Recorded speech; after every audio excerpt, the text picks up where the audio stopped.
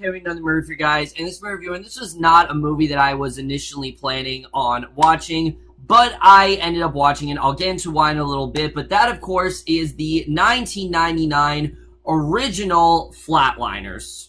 So what Flatliners is essentially about is we focus on these different medical students, and basically one of the medical students, Nelson Wright, becomes obsessed with the idea of the afterlife. Sort of like, where do we go when we die? What happens when we die? All that kind of stuff. So he comes up with this experiment to basically go under, to die for a little bit and to see what comes of it. And his friends eventually get in on the act, but they quickly realize that there are severe repercussions that definitely do affect them, and that's really all I'm going to say.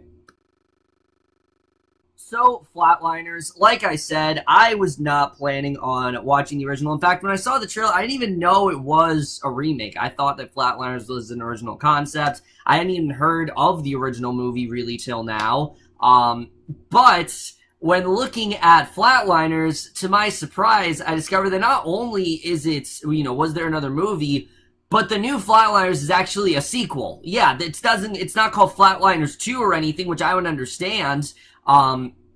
But yeah, it is a straight up sequel. There are characters from this movie that are going to be in, the new one. And, I don't understand why they haven't advertised it that way, but that's essentially what it is. So I figured, alright, so if that's the case, I have to watch the first movie, mainly because I just feel like I wouldn't be giving a fair and accurate review if I didn't watch this movie. I'm not really looking to Flatliners, honestly, but you guys know I try to review as many movies as possible. I'll probably will end up watching Flatliners, so I figured I'll watch the original.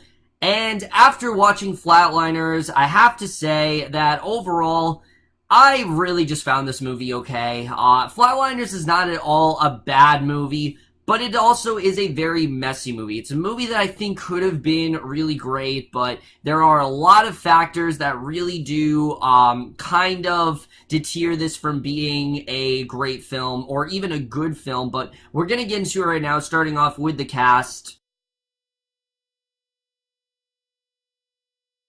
And that is one of the things I will definitely give this movie. I thought the cast here was pretty good for the most part. I thought everyone really did a good job. Let's talk about Kiefer Sutherland in this movie, because Kiefer Sutherland is, a very well-known actor at this point. This is what he was doing in the 90s, though. He was doing a lot of really cheesy, 90s movies, and he is extremely over the top in this movie. Like, holy shit, is he over the top. And Nelson Wright is a character where he's kind of back and forth. Sometimes you like him, and you can really understand where he's coming from, and then sometimes you think he's just a flat-out douchebag, and he's got this whole sort of thing going on where basically when he comes back, there's this bully that is like constantly beating on him, and he kind of starts to go crazy. And like I said, I thought Sutherland was suitably over the top. He did a good job here. I definitely did like his performance. It was very silly at times, but I thought it kind of just, it was silly to watch, but I thought overall he definitely did a good job, and I thought he definitely was pretty good here.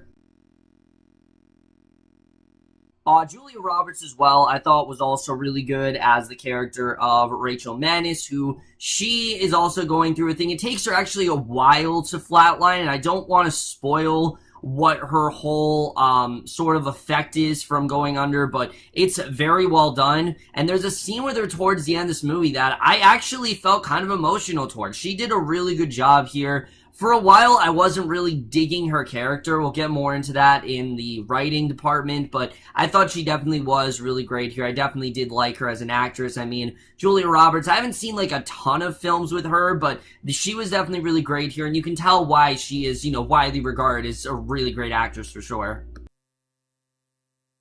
However, for me, probably the best actor in this entire movie was Kevin Bacon as Dave Labraccio, and I really liked him in this movie. I really liked the arc that he had here. He did a really good job, and he's really the one actor that felt like he wasn't completely over the top. Like, he has this whole thing going on because he really is like the tough guy out of all of them. He's very rebellious. He's known for this sort of antagonistic reputation. He's just got a really bad rep, and it really does start to haunt him, and I thought his arc, in my opinion, was actually the most compelling. I really like Kevin Bacon here. He's got some really good stuff in this movie, and I thought he definitely did a really good job. Everyone else here I thought was pretty good. William Baldwin I thought was really good here as Joe. He's like the womanizer of the group, and he's kind of got some stuff going on. Oliver Platt was pretty funny at points as Randy. I did like his character. I thought everyone for the most part did a good job. There wasn't really a bad performance to be found in here, and that's something I definitely will give this film. But now let's get to the directing by Joel Schumacher, which, yes, Joel Schumacher, what an infamous director. And you can tell why he's such an infamous director. Is this Batman and Robin levels of convoluted directing? No, absolutely not. But still with this film, he just can't maintain a consistent tone. This movie is all over the place when it comes to tone. Sometimes it's trying to be a horror movie. Sometimes it's trying to be a psychological thriller. Sometimes it's trying to be this thought-provoking sort of drama. Sometimes it's trying to be a coming-of-age film. Sometimes it's trying to be a romantic film. It's trying to be so many different things, and it doesn't work. And, I mean, I guess you could call it a psychological horror, but not all aspects of the film are horror. It felt very confusing. It felt like Schumacher, he didn't really know what he wanted this movie to be, and it really did take me out of it quite a lot, I have to say. And it was very hard to tell what this movie was really trying to go for, and it didn't really work for me that well. The writing as well, I thought, was definitely very all over the place, and to be honest with you, it took me a long time to get into this movie, and I mean a long time, but like an hour. I really was not into this movie until like the hour mark, I have to say, and it's mainly because of how one-dimensional most of the characters were.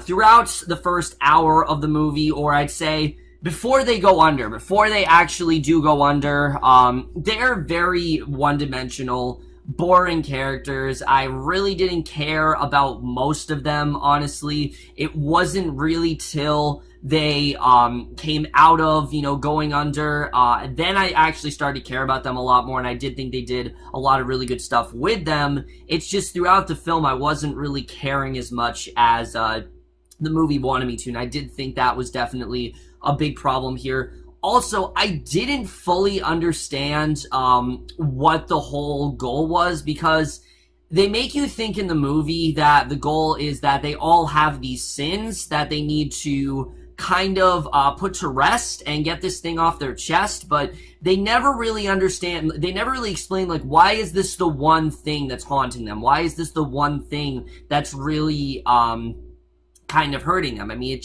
it didn't make a lot of sense to me. I didn't think it was really that well explored at all. And Kiefer Sutherland's arc in the movie, Nelson's arc, is downright laughable. I'm sorry, it really is. Like I said, throughout most of this movie, he's got a bully after him who's just beating on him throughout the whole thing, and I really couldn't help but laugh. And there are a lot of scenes like that throughout this movie. I don't know if it's because the movie's dated, but there were a lot of unintentionally funny scenes here, and I'm not gonna lie, while it was fun, it was definitely not what this movie was trying to go for, and it just really didn't work for me. And Sutherland, again, he does a good job of what he has, but he's really over the top here.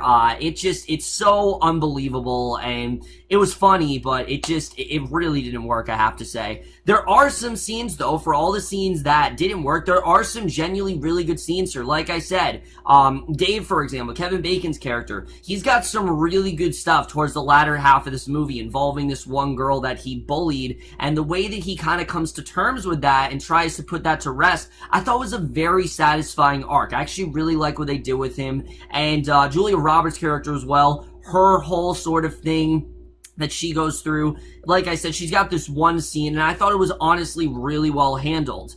The other two characters here, William Baldwin's arc is kind of silly. It's played for laughs, and the way it ends, it wasn't satisfying at all. Oliver Platt really had nothing going on. He was just kind of there.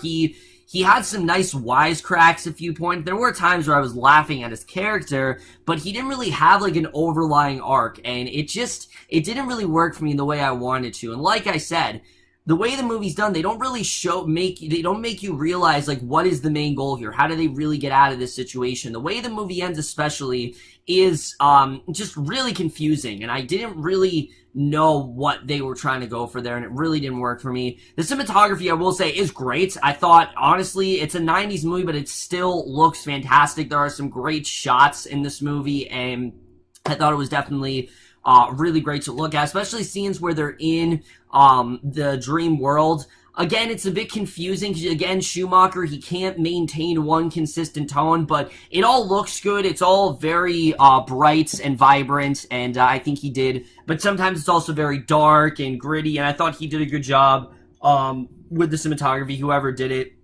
The score here is ridiculous. I'm sorry, it is. It's this, like, church music throughout the whole movie. It's really ridiculous, and I was just kind of laughing at it, honestly. The movie takes itself way too seriously at points, and especially when that music played, I just couldn't help but laugh. I thought it was really dumb. And then the editing. Like I said, it took me a long time to get in this movie, and that's mainly because of how much of a slog it is to get through at points. This movie moves at a snail's pace for, I'd say, the first, like, 40 minutes. I mean, it was really rough to get through, and you could have cut this movie down at least 30 to 40 minutes. Like, 30 minutes of this movie probably could have been removed, and I would have been fine with that. They spend so much time on Kevin Bacon and Julia Roberts' relationship, and I just didn't really care.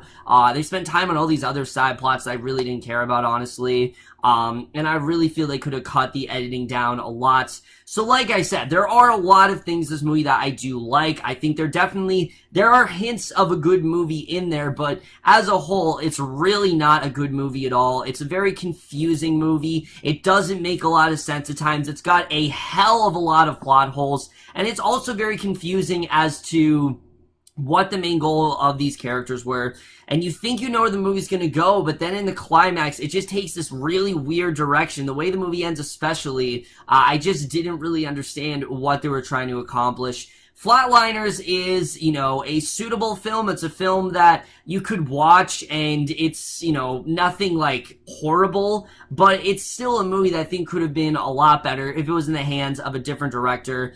And overall, guys, I am going to give the original Flatliners a C.